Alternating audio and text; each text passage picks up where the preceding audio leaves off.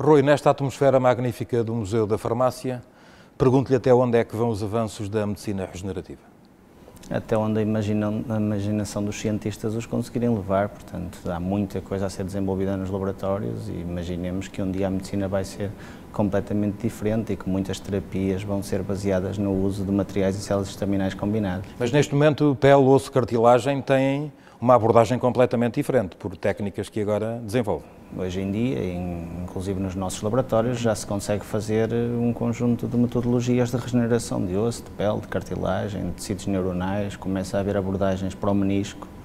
Em outros laboratórios há pessoas a trabalhar em coração, em fígado, em córnea, portanto há um grande conjunto de abordagens regenerativas,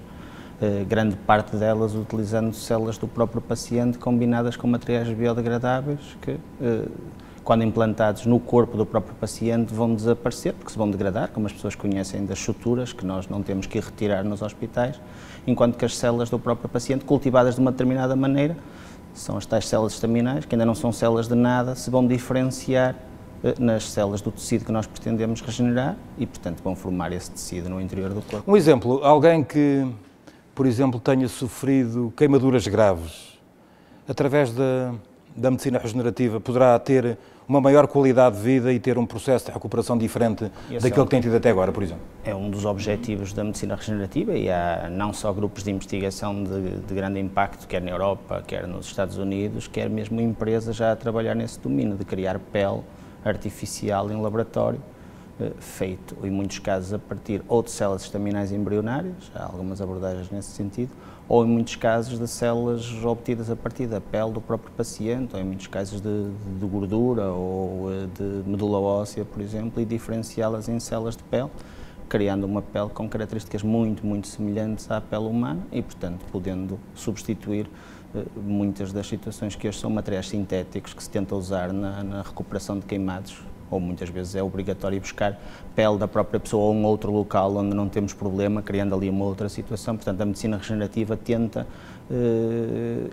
evitar estas situações em que temos que ir buscar. Por exemplo, eu tenho um defeito ósseo e vou buscar uma parte do osso ao osso ilíaco e crio ali um problema num outro local, onde preciso menos do osso do que na situação crítica que tenho, mas tenho muitas vezes, para resolver uma situação, crio uma outra situação nas terapias atuais que são utilizadas nos nossos hospitais. Nas terapias atuais, lesões na espinal medula são habitualmente consideradas gravíssimas e normalmente sempre muito condicionadoras da qualidade de vida de quem quer que seja. Também nesta área, a mobilidade de doentes com problemas na espinal medula poderão ter uma alteração significativa da qualidade de vida? Há também um conjunto de grupos nos mais diversos locais, particularmente diversos grupos de topo nos Estados Unidos, no Japão e em alguns países europeus. Nós temos também um projeto muito interessante nesta área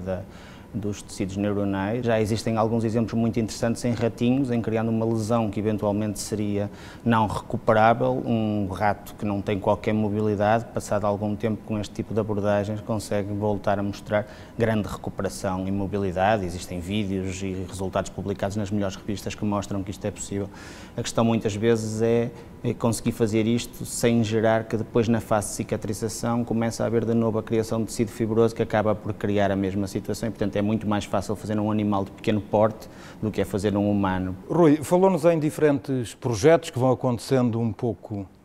por todo o mundo, mas como cientista sabe que por vezes há uma enormíssima diferença entre a edificação de um projeto e a sua aplicação plena e prática no tecido social, na sociedade em geral. Vamos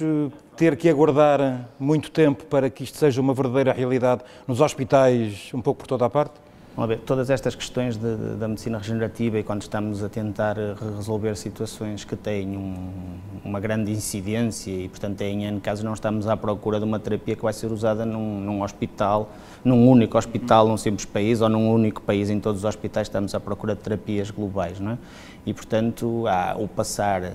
do que se faz no laboratório para as empresas, é o primeiro passo. Nós, por exemplo, o último piso do nosso edifício é uma empresa que se chama STEM Matters e que é uma empresa que não é uma empresa do Grupo 3Bs ou da Universidade do Minho, é uma empresa com um conjunto de participantes e de investidores privados que vão desde capitais de risco a bancos, a médicos. Tudo isto envolve coisas muito mais complicadas do que em muitas outras áreas económicas, porque existem questões legislativas,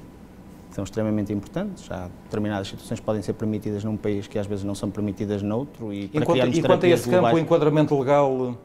afinal, numa Europa unida, tanto quanto a podemos ter, existem constrangimentos, dificuldades? É um dos graves problemas que temos nesta área, porque enquanto muitas das células que nós usamos no nosso laboratório, que são o que chamamos células estaminais adultas, e portanto se estiver a usar células estaminais de gordura, ou de medula óssea, ou mesmo de fluido amniótico, ou membrana amniótica, ou sangue do cordão umbilical, aí não há bloqueio nenhum, tudo é permitido, não há discussão ética. Quando passamos para as células embrionárias, que são obtidas a partir de embriões sedentários, ou a partir da criação de embriões propositadamente para a investigação científica. Ainda a semana passada vimos a Igreja Católica exatamente, o Vaticano tomou posição sobre a matéria. Sobre isto, e eu sobre isto costumo sempre dizer que a mim ninguém me ouve falar de religião, portanto gostava que a religião não falasse de ciência, mas acontece sistematicamente. E aí sim há uma brutal diferença entre os mais diversos países, em que existem países com legislações extremamente avançadas, como a Inglaterra, os países escandinavos, a própria Espanha. E o caso de Portugal? No caso de Portugal, só para lhe dar, antes de responder à questão de Portugal, depois existem as legislações muito bloqueadoras, que é a Alemanha, a Áustria, a Itália, a Polónia, que são basicamente determinantemente contra a utilização mesmo de embriões sedentários de clínicas de fertilização, que geralmente, se não forem utilizados em investigação, como acontece em Portugal, ao fim de 5 anos são destruídos. Portanto, a alternativa é destruí-los ao fim de 5 anos ou doá-los para a investigação científica. Geralmente não é não destruir embriões, porque eles são destruídos, se estivermos a falar de embriões sedentários, não daqueles que são feitos propositadamente para a investigação, eles tipicamente, na maior parte dos países, são destruídos de qualquer das maneiras. Em Portugal, temos uma lei da procriação medicamente assistida, temos um conjunto de entidades que mexem na regulação disto que eu estava a falar, do passarmos a investigação para o criar valor e para o tecido económico, que tem a ver com uma entidade que regula os tecidos, tem a ver com o Infarmed, tem a ver com um conjunto de situações e, portanto, com o último governo, e eu estive envolvido nesse processo de tentarmos criar uma legislação para que regulasse toda a atividade de investigação e toda a atividade económica na área das células estaminais. Essa legislação ficou pronta exatamente na semana, aliás, em que o governo caiu. Estava apenas à espera de um parecer da Comissão Nacional de Ética para as Ciências da Vida e entretanto, estamos todos à espera de saber e não temos nenhum contacto da parte do governo. Eu sou presidente da Sociedade Portuguesa de Células Estaminais e Terapias Celulares, portanto sou também a interface científica, não só para o meu grupo de investigação, mas para todos os cientistas que trabalham nesta área e neste momento estamos muito ansiosos porque, vamos lá ver, pior do que às vezes ter uma má legislação é não ter nenhuma e nós de facto precisamos de um conjunto de coisas que não estão reguladas na procriação medicamente assistida. Temos aqui uma oportunidade de ouro porque eu realmente acho que nesta parte das terapias regenerativas aplicadas a tecidos, Portugal pode estar na linha da frente,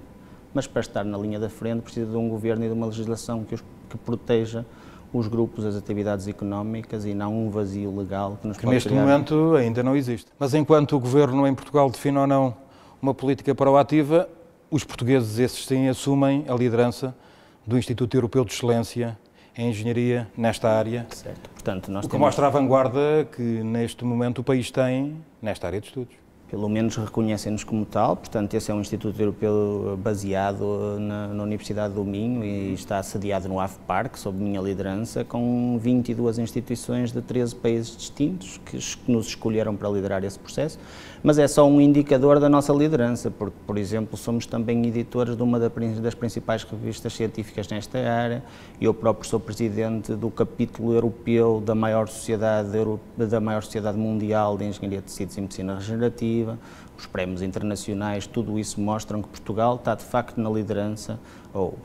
pode não ser o primeiro, se não é o primeiro, é o segundo ou o terceiro, mas está claramente na vanguarda, mesmo a nível mundial, não só europeu, desta área. E obviamente que para continuarmos nesta linha precisamos de alguma proteção, de legislação e precisamos principalmente que haja algum investimento estratégico também direcionado para estas áreas que permitam desenvolvê-las e potenciar tudo que foi ao longo de tantos anos o investimento em ciência que foi feito neste país e que não podemos hipotecar o nosso futuro cortando a ciência, por exemplo, ou o ensino superior da mesma maneira que estamos a cortar outras áreas, porque certamente isso nos vai prejudicar, se calhar não a nós os dois, mas aos nossos filhos, e é preciso que as pessoas percebam isso. E assim ficam aqui exemplos num país que em crise mostra o melhor que em ciência e tecnologia também se pode fazer. E o Falar Global, este também está na vanguarda daquilo que é importante. Rui, muito obrigado por ter participado no Falar Global. É um prazer. Muito obrigado.